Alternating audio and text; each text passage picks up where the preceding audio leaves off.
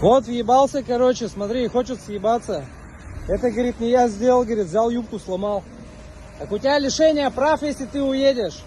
У тебя лишение прав, если ты уедешь. Ты мне реально юбку сломал. Я не угораю, ничего.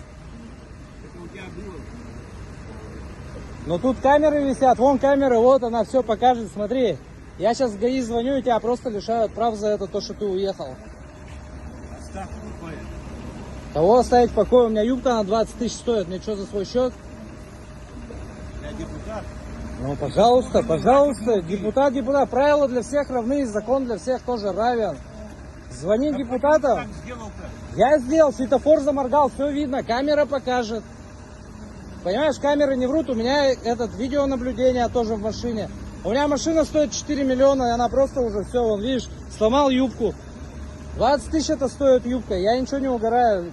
Давай либо на месте решим. Это не я А? сделал. Он уезжает, депутат говорит. Я тебе говорю, это все жопа.